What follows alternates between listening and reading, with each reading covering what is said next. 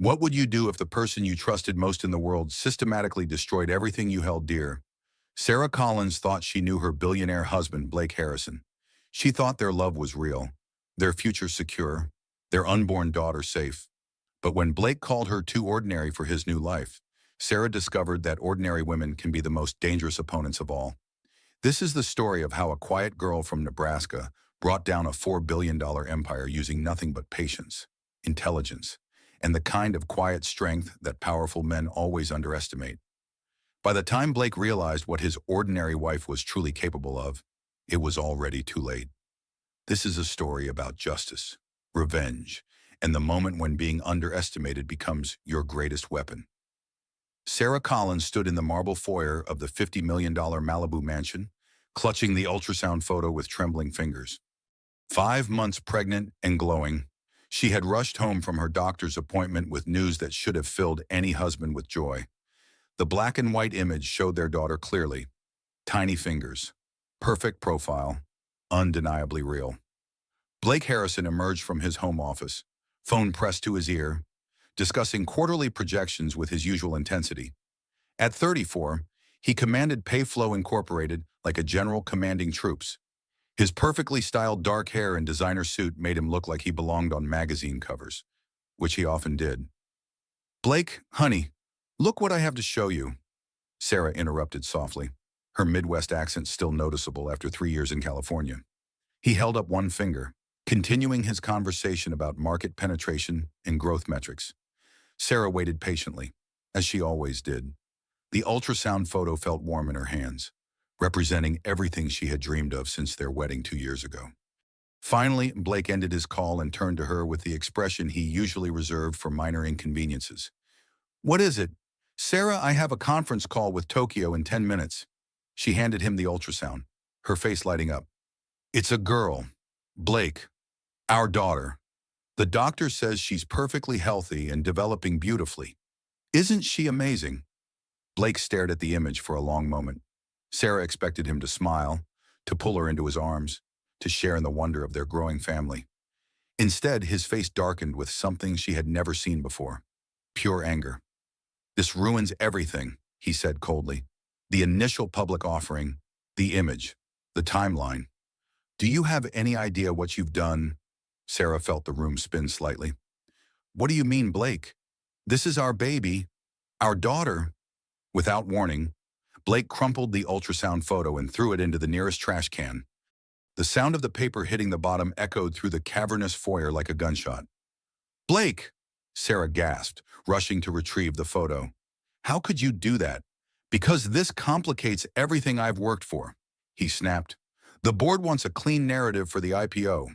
Young tech genius with perfect life, a pregnant wife from Nowheresville, Kansas, doesn't exactly scream global visionary, does it?" Sarah smoothed out the crumpled ultrasound, tears beginning to form in her eyes. "I'm from Nebraska, not Kansas. And what's wrong with where I come from? You said you loved that I was different from all those shallow California women." "That was before I understood what different really meant," Blake said, his voice growing colder with each word. "Different means ordinary, Sarah. Different means small dreams, small thoughts, small everything. I need someone who matches my level, not someone who drags me down to theirs." "Sorry." The front door opened at that moment, and Victoria Sterling glided in carrying shopping bags from Rodeo Drive. Tall, elegant, and sharp as a blade. She moved through the house like she owned it. Her platinum blonde hair was pulled into a perfect chignon, and her black designer dress probably cost more than Sarah's entire wardrobe. "Oh," Victoria said, not sounding surprised at all to find Sarah there. "I didn't realize you were home. Sarah, Blake and I were just discussing the new marketing campaign over lunch." Sarah looked between them, a horrible realization beginning to dawn. "Victoria, what are you doing here with shopping bags?" Victoria smiled, but it didn't reach her ice blue eyes. "Didn't Blake tell you I've been staying in the guest wing while my Bel Air place is being renovated? It's been so convenient for our work together." The way she said "work together" made Sarah's stomach turn. Victoria had been Blake's public relations consultant for 6 months, transforming his image from tech nerd to sophisticated mogul. Sarah had always felt uncomfortable around her, but Blake insisted Victoria was essential for the company's success. Blake, Sarah turned to her husband, searching his face for some explanation that would make sense of this moment. But Blake's expression told her everything she needed to know. There was no guilt, no shame, just irritation at being inconvenienced. "Sarah, we need to talk," he said. "Victoria, give us a moment." "Of course," Victoria purred. "I'll be upstairs choosing what to wear for the Forbes interview tomorrow. You know how important first impressions are." As Victoria's heels clicked up the marble staircase, Sarah felt her perfect life disintegrating around her, like sand through her fingers. Blake led Sarah into his study, a shrine to his success filled with awards, patents, and photographs of him with celebrities and politicians. The room smelled of expensive leather and his custom cologne, scents that once made her feel safe and loved. Now they made her feel sick. "Sit down," Blake commanded, settling behind his massive desk like a judge preparing to deliver a verdict. Sarah remained standing, her hand instinctively moving to her growing belly. "Blake, please tell me this isn't what I think it is. Please tell me you haven't been having an affair." "Affair implies something sordid and secretive," Blake said calmly. "Victoria and I have been developing a partnership that makes sense on multiple levels.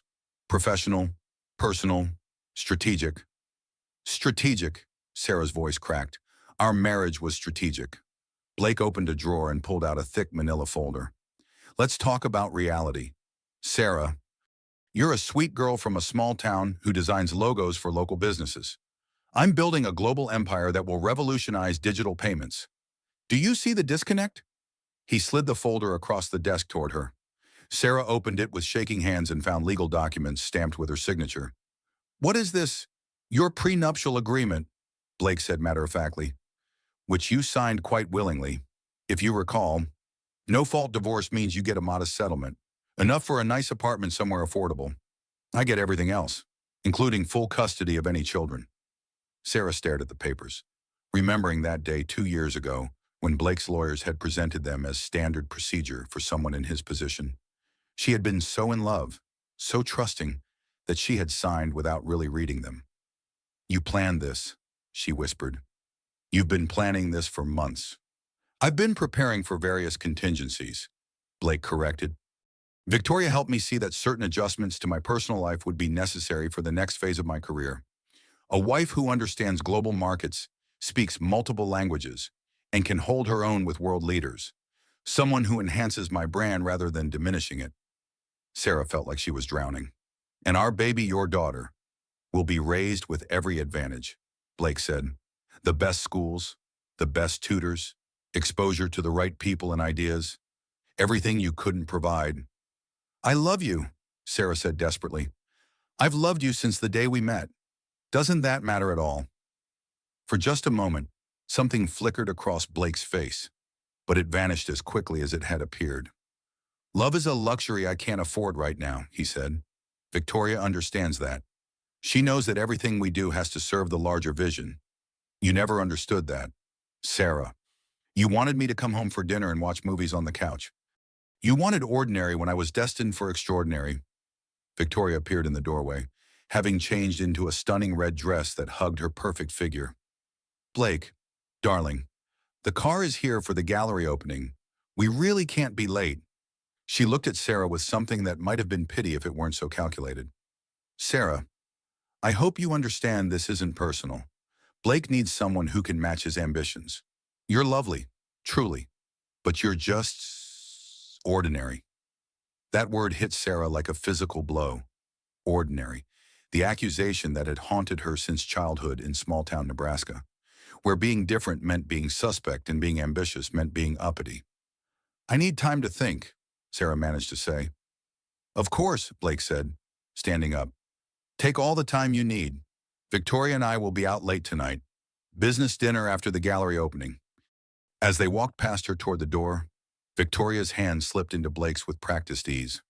Sarah watched them leave together, beautiful and powerful and perfectly matched in their cold ambition. Alone in the study, Sarah sank into one of the leather chairs and tried to process what had just happened. Her marriage was over. Her husband was leaving her for another woman. She was about to become a single mother with no money, no resources, and no way to fight back. She retrieved the crumpled ultrasound from the trash and smoothed it out again. Her daughter's tiny face looked back at her, innocent and trusting. "I'm sorry, baby," she whispered. "Mommy made a terrible mistake, but I promise you, somehow I'll figure out how to protect you." As the sun set over Malibu, painting the mansion in shades of gold and crimson, Sarah began to realize that her old life was ending. But she had no idea yet what her new life would become, or how much strength she would need to survive what was coming next. The house felt enormous and empty around her, filled with beautiful things that had never really belonged to her. For the first time since moving to California, Sarah felt truly alone. But in that solitude, something began to stir. Not despair, exactly, but a cold determination that she didn't recognize in herself. Blake and Victoria thought she was ordinary. They thought she was weak. They were about to learn how wrong they were. Over the next 2 weeks, Sarah discovered just how efficiently her life could be dismantled by people with resources and no conscience. Victoria Sterling operated like a surgeon, making precise cuts that severed Sarah from everything that had grounded her in California. The first sign came when Sarah tried to use her credit card at the grocery store. Declined. She tried another card, also declined. Standing in line with a cart full of groceries and a store full of curious onlookers, Sarah felt her face burn with humiliation. "I'm so sorry," she told the cashier. "There must be some mistake." But there was no mistake. When she called the credit card companies from her car, she learned that Blake had canceled all the cards, claiming she was mentally unstable and making irresponsible purchases. Since the accounts were in his name, with her as an authorized user, he had every right to cut off her access. Her bank account told a similar story. The joint checking account had been closed, with all funds transferred to an account in Blake's name only. Her personal savings account, which contained the modest inheritance from her grandmother, had somehow been emptied as well. "There was a transfer authorization with your signature," the bank manager explained over the phone. "All very legal and proper." Sarah stared at her signature on the authorization form they faxed her. It looked perfect, but she had never signed such a document. Victoria's connections apparently included people who could forge signatures with artistic precision. The isolation campaign was even more sophisticated. Sarah's friends began treating her strangely, conversations dying when she entered rooms, invitations mysteriously not arriving. She finally confronted her closest friend in California, Jessica, at a coffee shop in Santa Monica. "People are saying things, Sarah," Jessica said uncomfortably, "about you being unstable, having episodes. Blake's been confiding in people about how worried he is about you." "What kind of episodes?" Sarah asked, though she dreaded the answer. "Paranoid delusions, accusing him of having an affair when he's just working hard, threatening to hurt yourself. He showed people some text messages you sent him." Sarah felt the room spinning. "Jessica, I never sent any threatening messages. Blake is having an affair with Victoria Sterling. I saw them together." But even as she said it, Sarah could see the doubt in Jessica's eyes. Blake was charming, successful, and convincing.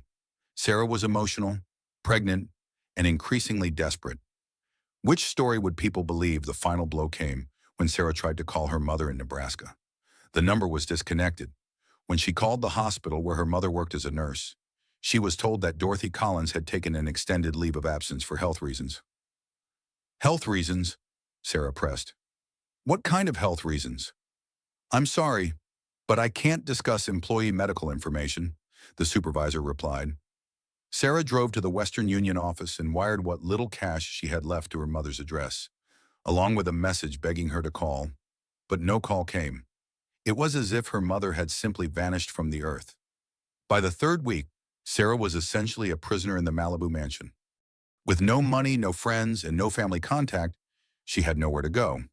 Blake and Victoria continued their public relationship while maintaining a facade of concern for Sarah's delicate condition. "She's been having such a difficult pregnancy," Victoria would tell people at social events, her voice dripping with false sympathy. "Blake is being incredibly patient, but it's taking a toll on him. The stress of the IPO and now this." Sarah began to notice other things.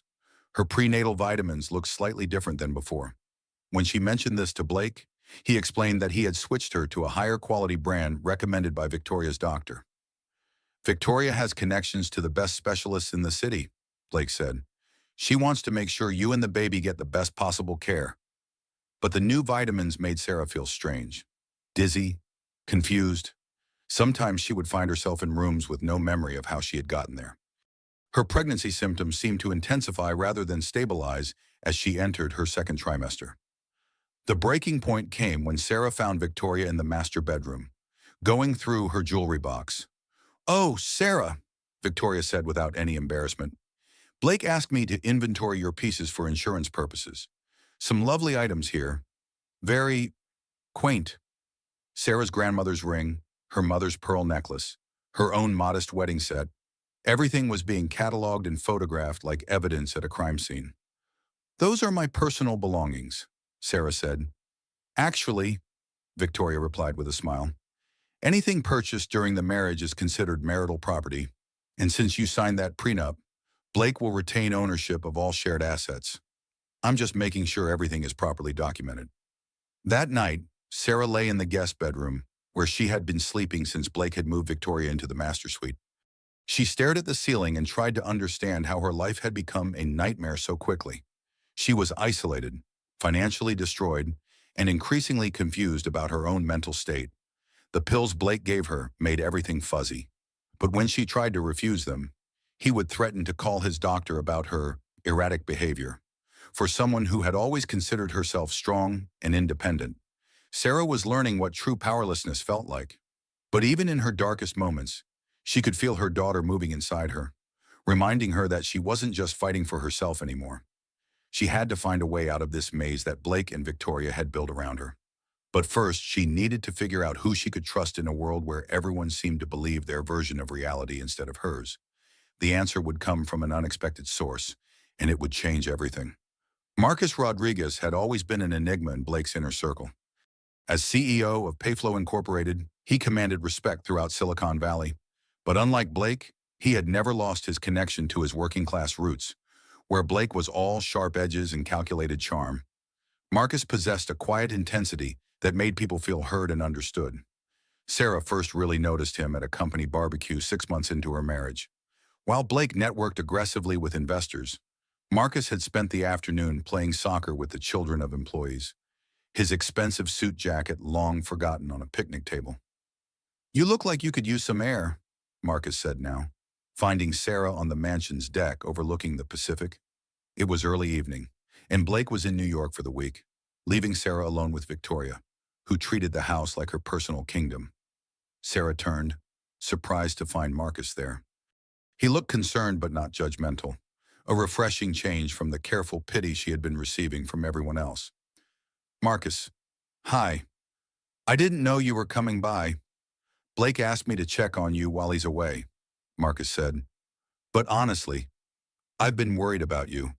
You haven't seemed like yourself lately." Sarah almost laughed. "I'm not sure I know who myself is anymore." Marcus moved closer, his expression growing serious. "Sarah, can I speak frankly with you?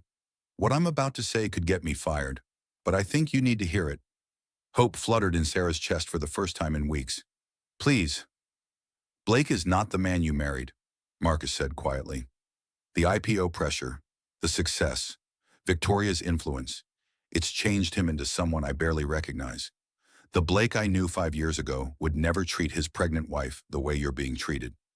Tears began flowing down Sarah's face. Finally, someone who saw what was really happening. "He wants to divorce me," she whispered. "He says I'm too ordinary for his new life. And Victoria, she's trying to drive me crazy. I think she's doing something to my pills." Marcus nodded grimly. "I've suspected something like this. Victoria Sterling is dangerous. Sarah, she's destroyed other marriages, other careers. She finds successful men and convinces them they need to shed their old lives to reach the next level. But why? What does she get out of it? Power, money, status, and with Blake, she's hit the jackpot. Payflow is about to be worth billions, and she's positioning herself to control it all through him." Sarah felt a surge of validation mixed with terror. "Marcus, I don't know what to do. I have no money, no friends, nowhere to go, and I'm scared about what might happen to my baby." Marcus looked around carefully. then leaned closer. What if I told you there might be a way to fight back, but it would require tremendous courage on your part? What do you mean Blake's empire isn't as solid as it appears? Marcus said. Payflow has been engaged in some questionable practices, money laundering for overseas clients, falsifying transaction reports to regulators, hiding debts from investors. If the right evidence came to light, Sarah's heart began racing. Are you saying Blake's company is involved in illegal activities? I'm saying that success-obsessed people sometimes cut corners they shouldn't cut, and those corners can become chasms if someone knows where to look. Marcus pulled out his phone and showed Sarah a series of encrypted files. I've been documenting irregularities for months, trying to decide what to do. I believe in the core mission of Payflow, but I can't be part of something criminal. Why are you telling me this? Because you're the only person who might be able to help me gather the evidence we need to clean house. You have access to Blake's home office, his personal computer, his files. If we work together, we might be able to save the company and stop Victoria's plan. Sarah felt a flicker of her old determination returning. What would I need to do? Small things at first. Photographs of documents, copies of hard drives, recordings of conversations. Nothing that would put you in immediate danger. And in exchange, I can help you build a case for the divorce proceedings, evidence of Blake's affairs, his attempts to isolate you, his plans to take your daughter. It sounded almost too good to be true. A chance to fight back, to protect her child, to expose the truth about what Blake and Victoria were doing. Marcus, if we do this, and if Blake finds out, he won't, Marcus assured her. I've been planning this for months. I have secure communication methods, safe storage for evidence, legal contacts who can't be bought. All you have to do is trust me and be brave enough to take back your life. Sarah looked out at the ocean, where the setting sun painted the water in shades of gold and crimson. For weeks, she had felt like she was drowning in circumstances beyond her control. Now, for the first time since Blake had thrown away her ultrasound, she felt like she might have a way to swim to shore. What do we do first? She asked. Marcus smiled, and it was warm and reassuring, and everything Blake's smiles hadn't been for months. First, we get you off whatever medications Victoria has been giving you. I know a doctor who can help us figure out what's been making you feel confused. Clear head, clear thinking. And then we start gathering evidence, carefully, methodically, and safely. By the time we're done, Blake and Victoria will learn that you can't destroy someone without consequences. As Marcus drove away that evening, Sarah felt something she hadn't experienced in months' hope. She had an ally, a plan, and a purpose beyond just surviving each day. What she didn't know was that Marcus Rodriguez was not who he appeared to be, and that her nightmare was about to get much, much worse. Sarah's collaboration with Marcus began with small acts of rebellion that felt like tiny victories. Under his guidance, she stopped taking the prenatal vitamins Blake provided, replacing them with identical pills from the pharmacy. Within days, the fog in her mind began to clear, replaced by a sharp anger that felt both frightening and liberating. Better? Marcus asked during one of their clandestine meetings at a coffee shop in Venice Beach. Much better, Sarah replied. I can think clearly for the first time in weeks. What exactly was Victoria giving me? Benzodiazepines, most likely. Enough to make you confused and emotional, but not enough to hurt the baby. She's too smart to do anything that could be easily detected. Marcus had been a godsend over the past 2 weeks. He helped Sarah document Blake's financial irregularities, photograph suspicious documents, and even record conversations using a tiny device he provided. Most importantly, he had connected her with Dr. Elizabeth Chen, a psychiatrist who specialized in psychological abuse. Your husband and his girlfriend have been gaslighting you systematically, Dr. Chen explained during their secret session, making you question your own perceptions, isolating you from support systems, controlling your access to resources.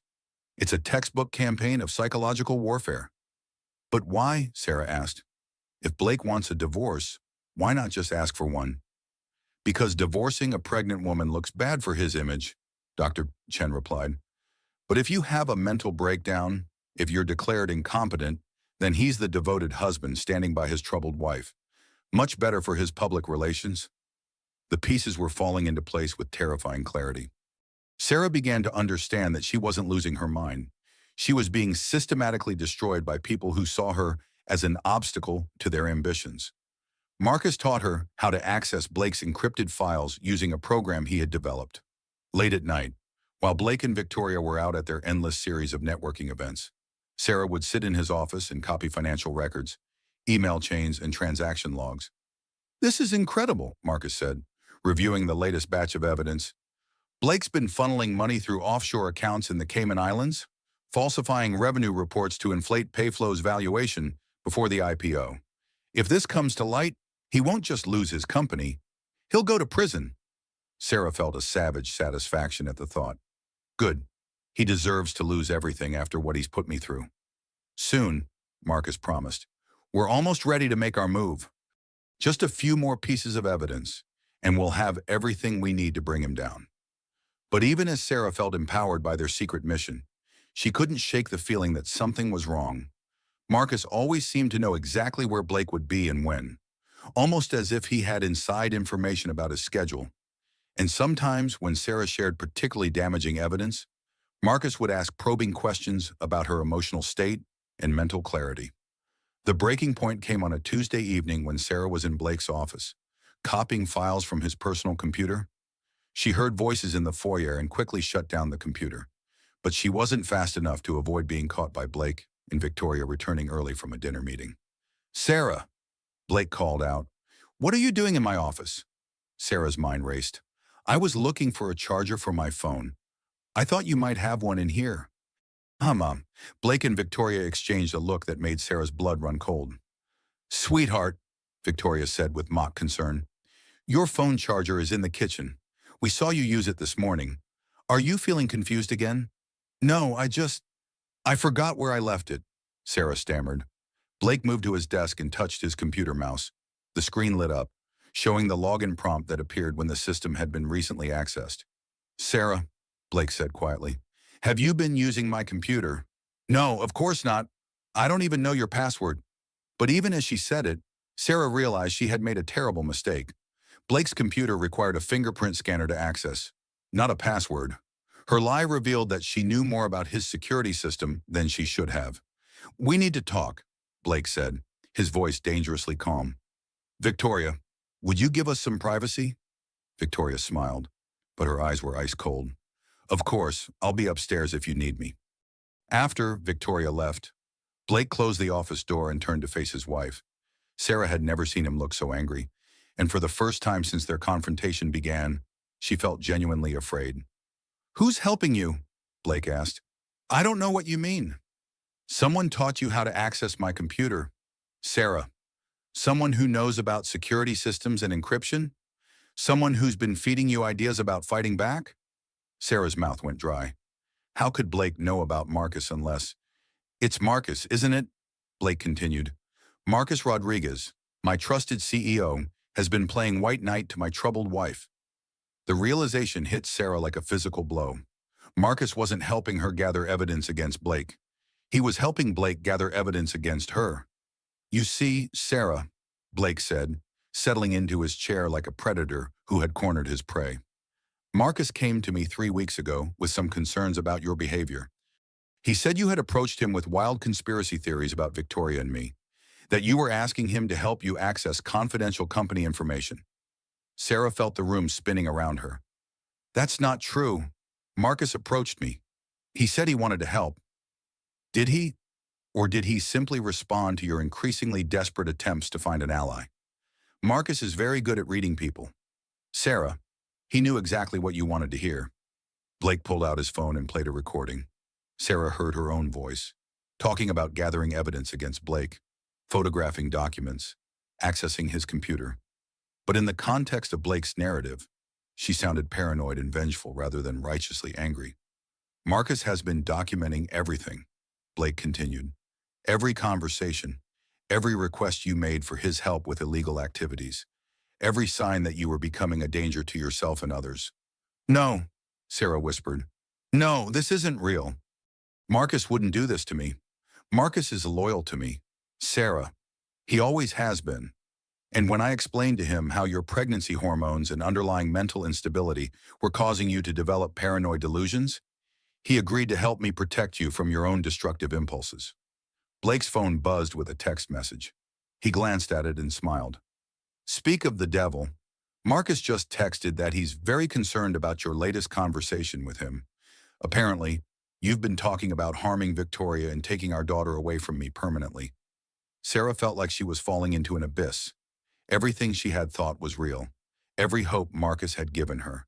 Every moment of feeling empowered and strong. It had all been an elaborate trap. Please, she begged. Blake, I'm carrying your child. I love you. Can't we find a way to work this out? But Blake was already reaching for his phone to make another call. Dr. Martinelli, this is Blake Harrison. I'm afraid we're going to need that emergency intervention we discussed. My wife is having another episode, and this time I think she might be dangerous. The Serenity Hills Psychiatric Facility looked like a luxury resort from the outside, with manicured grounds and a Spanish colonial architecture that suggested healing and hope. But as the ambulance carried Sarah through its gates, she knew she was entering a prison designed by Blake and Victoria to contain her until they could eliminate her permanently. The involuntary commitment process had been swift and efficient. Dr. Martinelli, a psychiatrist who owed his research funding to Blake's charitable foundation, had arrived at the mansion within an hour of Blake's call. Marcus had provided detailed documentation of Sarah's erratic behavior, including recordings of their conversations that had been edited to make her sound dangerously unstable. Mrs. Harrison has been exhibiting classic signs of postpartum psychosis. Dr. Martinelli explained to the admitting staff, though Sarah was only 6 months pregnant, paranoid delusions, accusations against her husband, threats of violence against perceived rivals, combined with her pregnancy hormones and underlying personality disorders, she represents a clear danger to herself and others. Sarah tried to protest, but the sedatives they had given her made it difficult to form coherent sentences.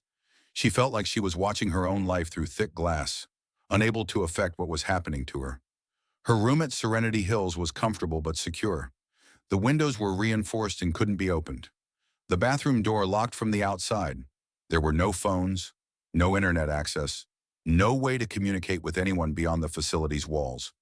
The treatment plan was designed to keep her docile and confused. Daily injections of antipsychotic medications that made her thoughts slow and heavy. Group therapy sessions where she was encouraged to accept responsibility for her delusional thinking. Individual counseling with Dr. Patricia Voss, a psychiatrist who seemed more interested in reinforcing Blake's narrative than in understanding Sarah's actual experiences. Your husband is very concerned about you, Dr. Voss said during their first session.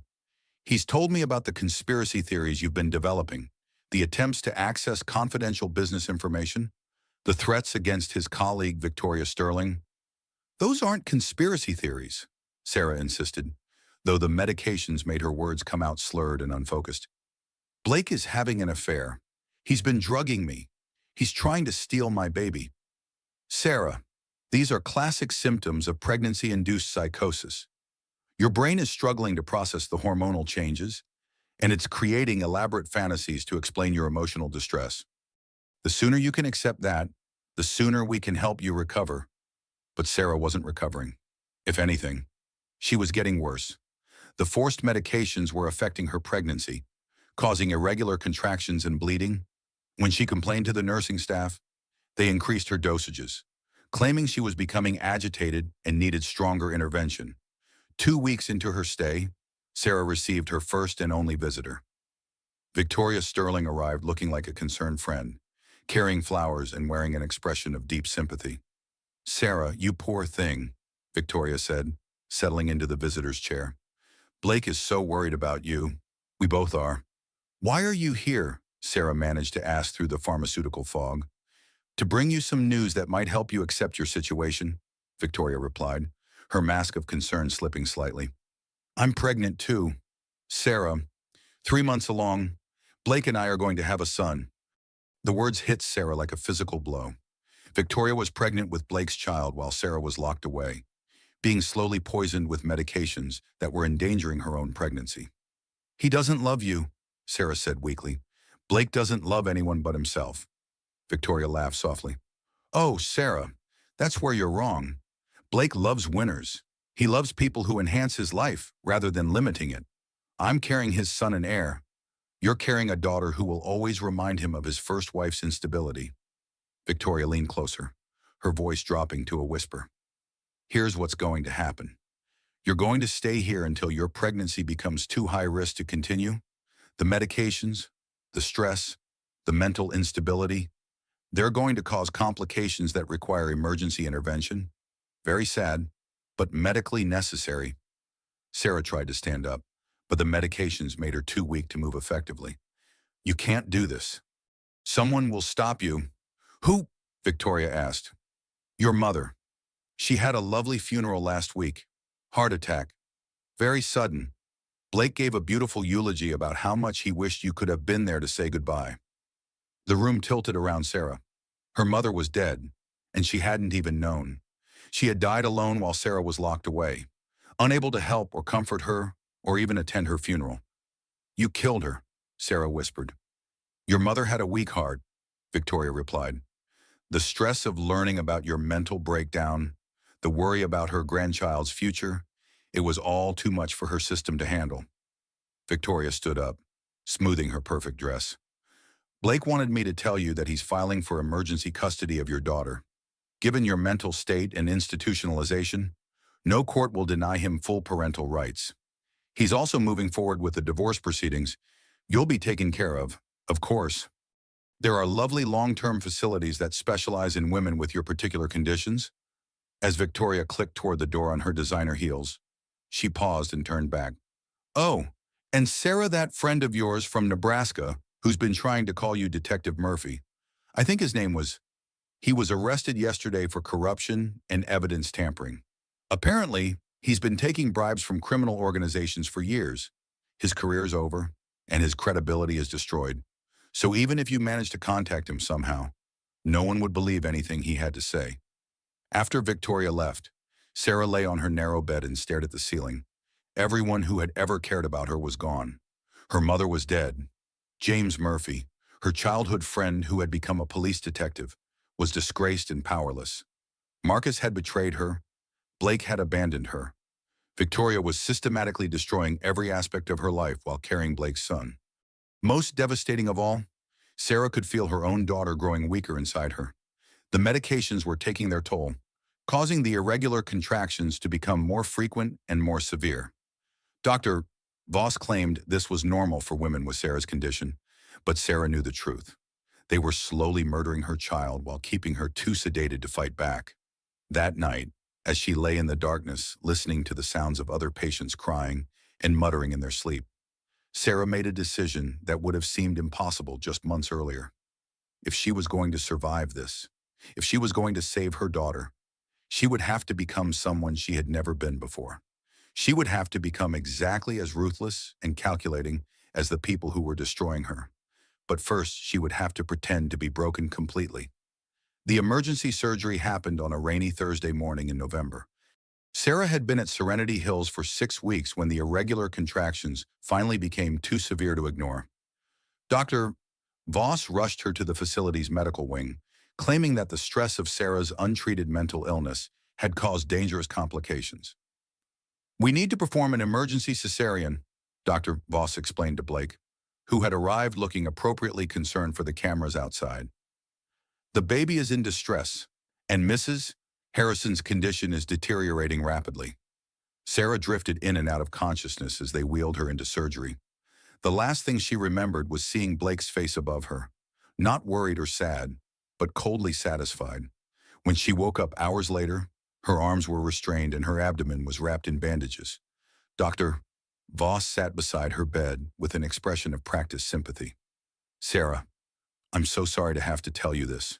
We did everything we could, but your daughter didn't survive the delivery. The medications, the stress, your underlying mental condition, it was all too much for her tiny system to handle. Sarah stared at the ceiling, feeling completely empty. Her daughter was gone. The little girl she had seen moving and growing in ultrasounds. The child she had talked to during long nights when she couldn't sleep. The future she had imagined filled with bedtime stories and birthday parties and graduation days. All of it erased by Blake and Victoria's systematic cruelty. Where is she? Sarah asked, her voice barely audible. The remains have been cremated, Doctor, Voss replied gently. Your husband thought it would be too traumatic for you to see her in her condition. He's handling all the arrangements. Blake arrived that afternoon with Victoria, both dressed in tasteful black and carrying flowers. They looked like a grieving couple supporting each other through tragedy, rather than the architects of that tragedy. Sarah, Blake said, his voice heavy with false emotion. I'm so sorry. I know how much you wanted this baby. Victoria squeezed Blake's hand supportively. We're here for you, Sarah. We want to help you through this difficult time. Sarah looked at them both and felt something die inside her that had nothing to do with her daughter's death. It was the last vestige of the trusting, hopeful woman she had been when she married Blake Harrison. In its place, something cold and calculating began to grow.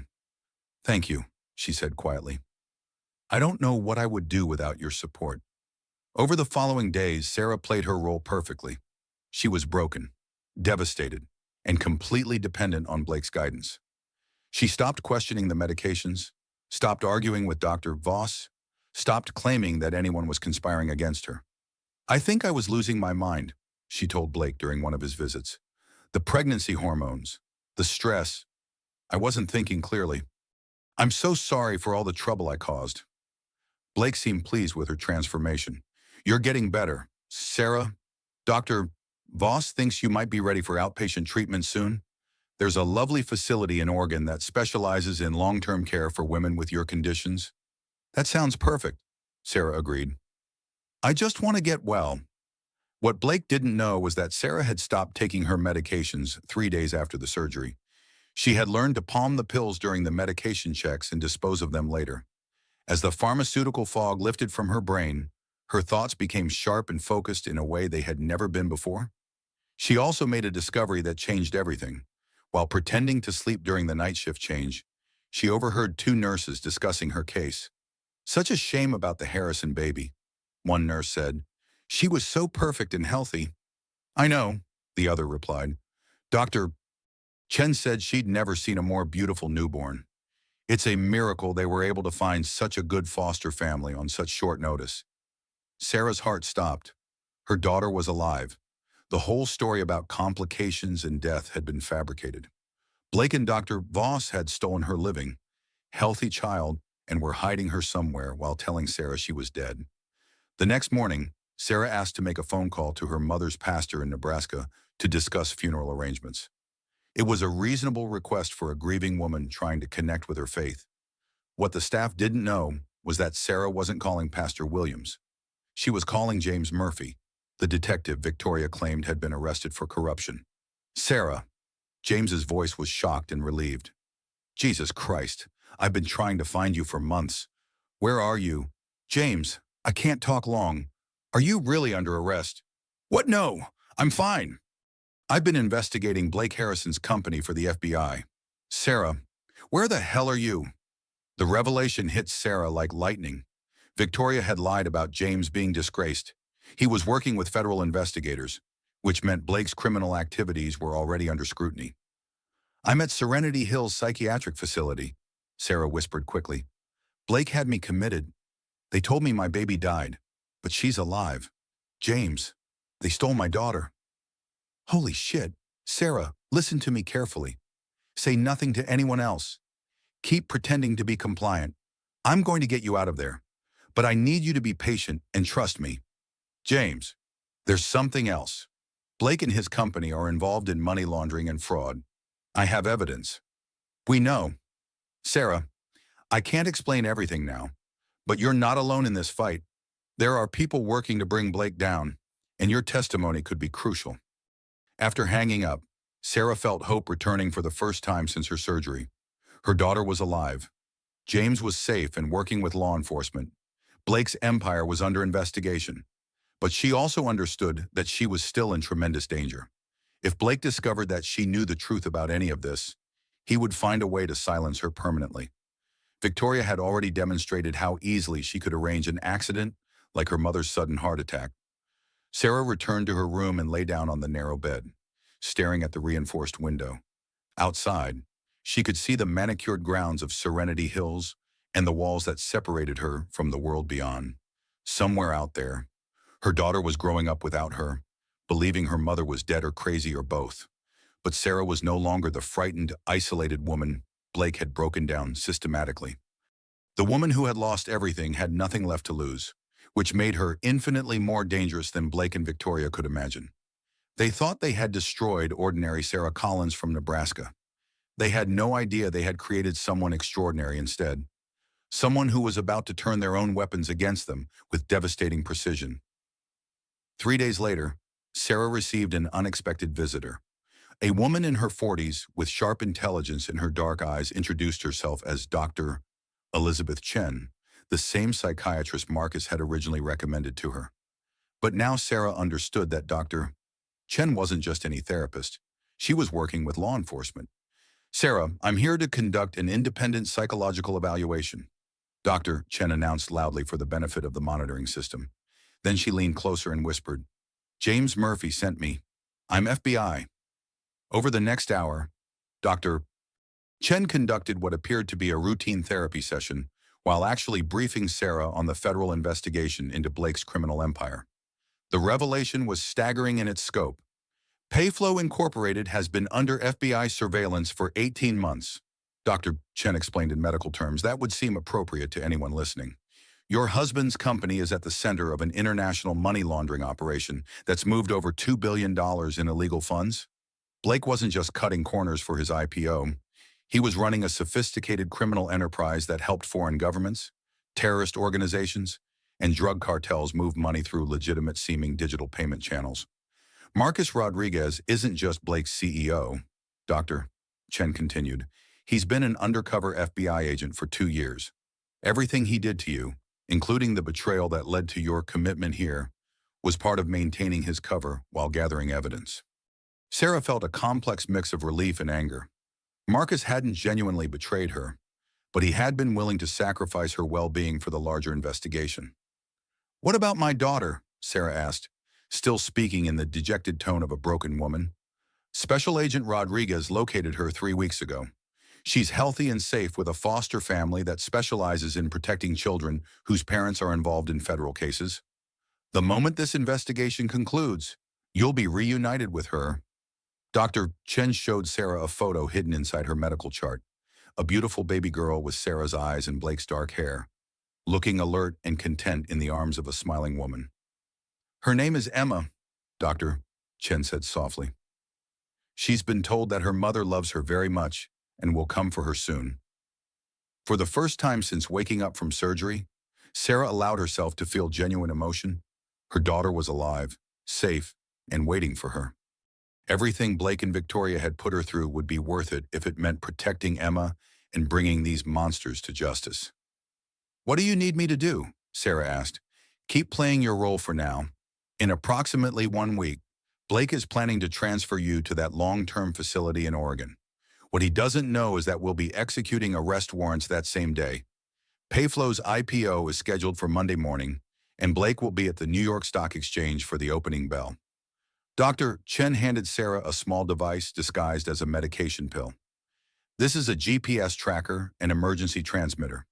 If anything goes wrong before our operation begins, press and hold for 5 seconds. We'll have agents here within minutes." "And Victoria?" "Ms.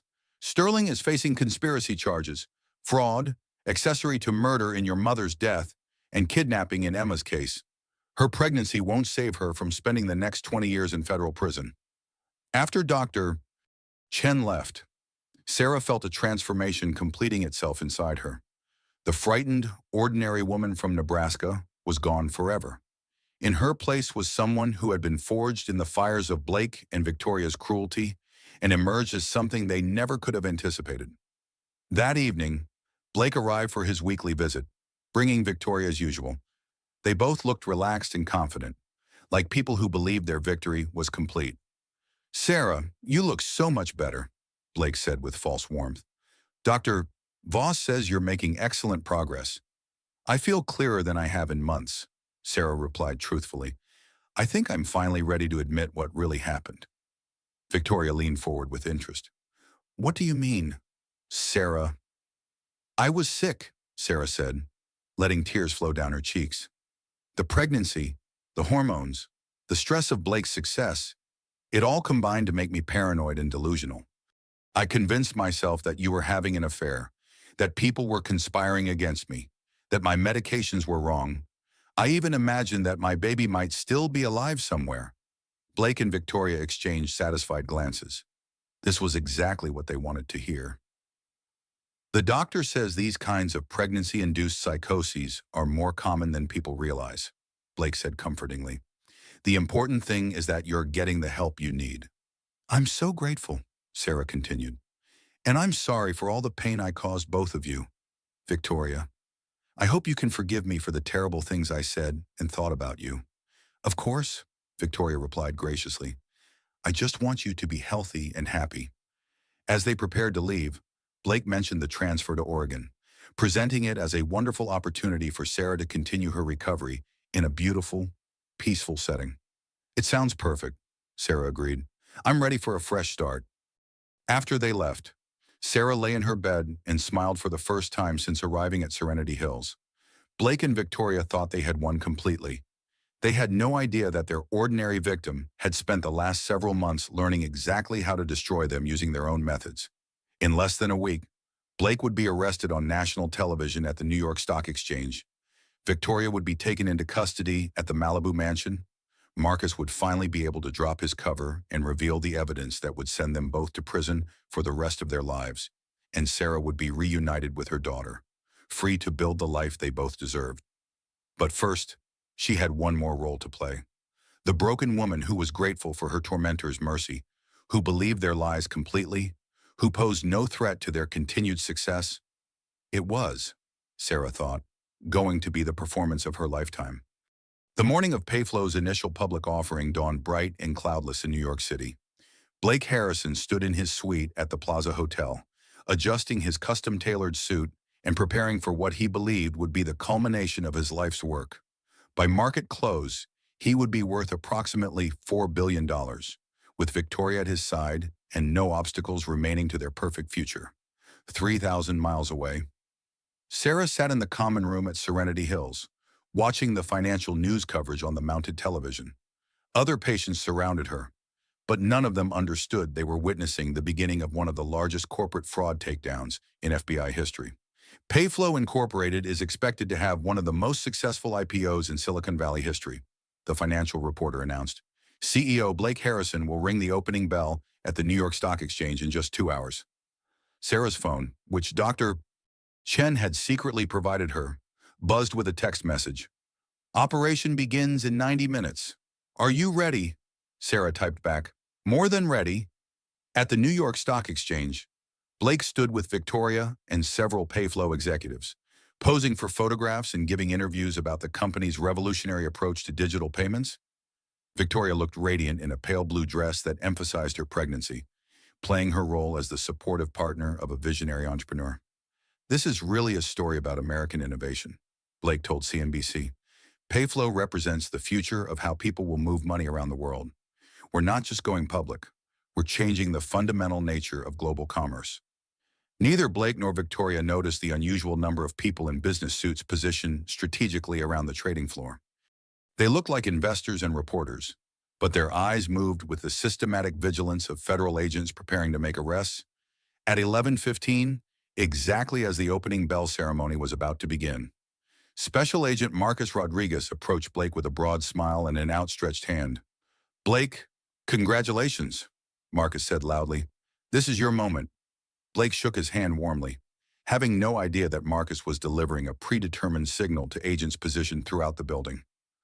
Ladies and gentlemen, the NYSE president announced, please welcome Blake Harrison, founder and chairman of Payflow Incorporated, to ring the opening bell.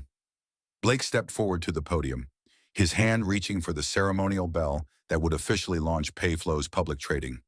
Victoria stood beside him, beaming with pride and victory. The bell rang once. Then Special Agent Rodriguez stepped forward and spoke in a voice that carried clearly through the sudden silence. Blake Harrison, you are under arrest for conspiracy, money laundering, securities fraud, and violations of the Bank Secrecy Act. The trading floor erupted in chaos. Cameras flashed as FBI agents moved in from all directions, showing their badges and surrounding Blake before he could fully process what was happening. "This is a mistake," Blake said, his voice rising in panic. "Marcus, tell them this is a mistake." "Actually," Marcus replied, producing his FBI credentials, "this is the culmination of a 2-year investigation into your criminal enterprise. Blake Harrison, you have the right to remain silent." Victoria tried to run, her heels clicking frantically across the trading floor, but she was intercepted by 2 female agents who had been waiting by the exits.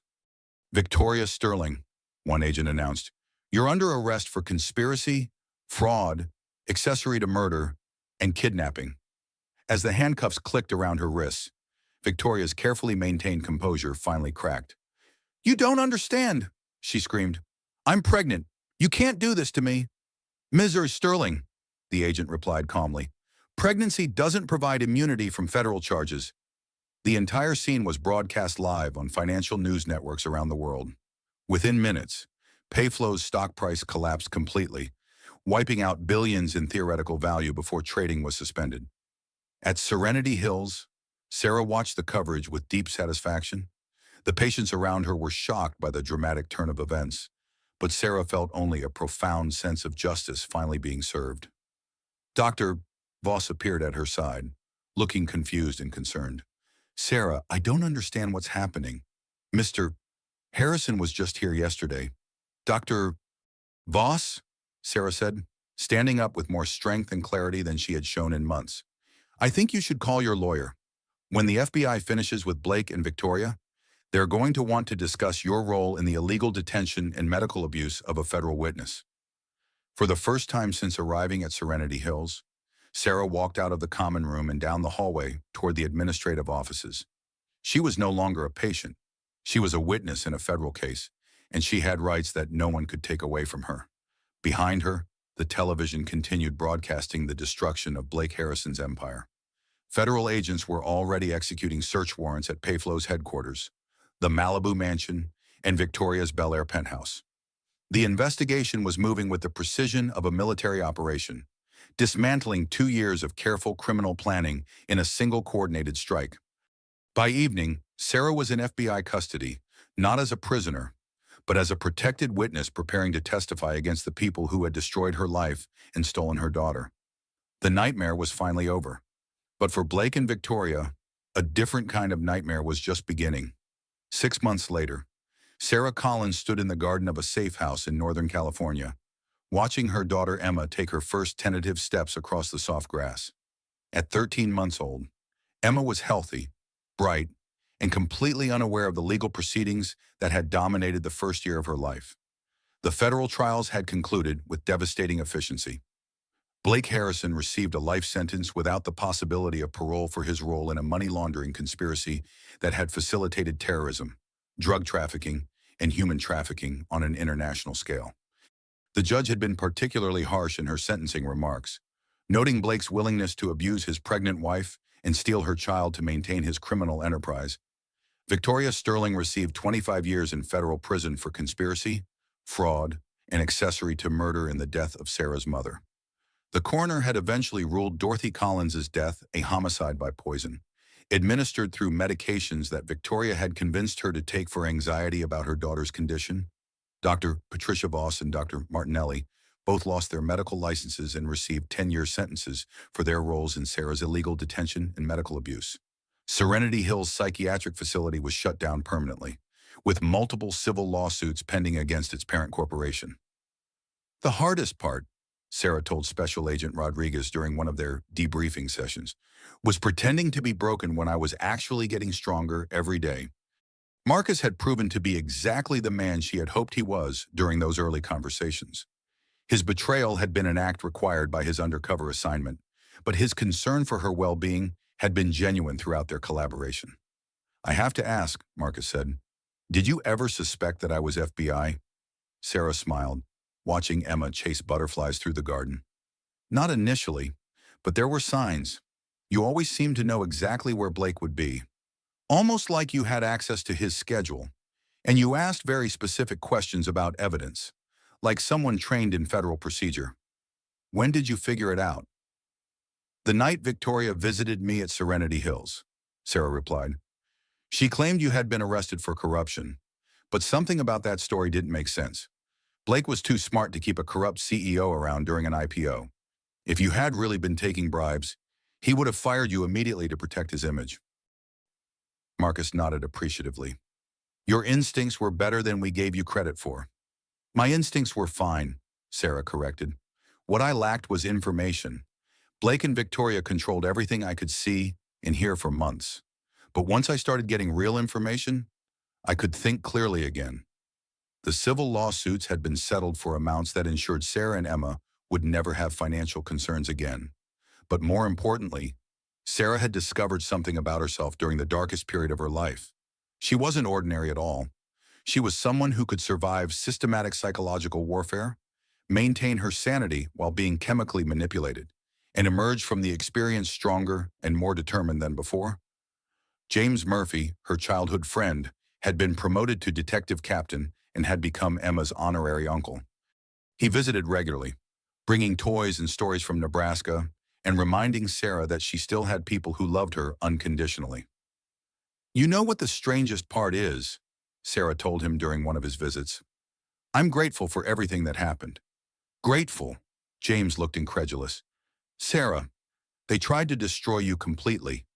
"They tried," Sarah agreed, lifting Emma into her arms as the baby reached for her.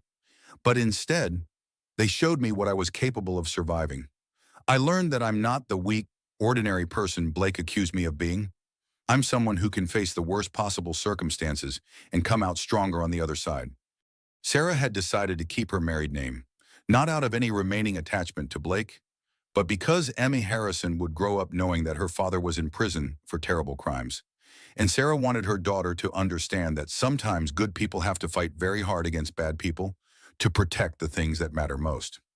The book deal had been lucrative, but Sarah was more interested in the foundation she was establishing to help other women who found themselves trapped in abusive relationships with powerful men. She had learned firsthand how easily someone could be isolated, manipulated, and destroyed by people with resources and connections. "The ordinary women are the ones who change the world," Sarah said during her first public speaking engagement. "We're the ones who notice when something is wrong, who refuse to accept that cruelty is normal, who keep fighting even when everyone tells us we're crazy." Across. As the sun set over the garden, Sarah sat on the porch steps with Emma in her lap, reading from a children's book about a little girl who saved her kingdom from a dragon. Emma listened intently, her small fingers tracing the pictures of the brave princess who discovered she was much stronger than anyone had imagined. "Someday," Sarah told her daughter, "I'll tell you the whole story about how we got here, about how sometimes people try to make us feel small and ordinary, but that just means they don't understand how powerful ordinary can be." Emma gurgled happily and reached for the book, trying to turn the pages herself. She had Blake's dark hair but Sarah's determined eyes, and Sarah suspected that when Emma grew up, she would be someone who could handle whatever challenges life might bring. The nightmare was over. The ordinary wife from Nebraska had saved herself, protected her daughter, and brought down a criminal empire. And somewhere in a federal prison, Blake Harrison was learning what true powerlessness felt like, while the woman he had called ordinary built an extraordinary new life from the ashes of everything he had tried to destroy. In the end, that seemed like the most perfect justice of all.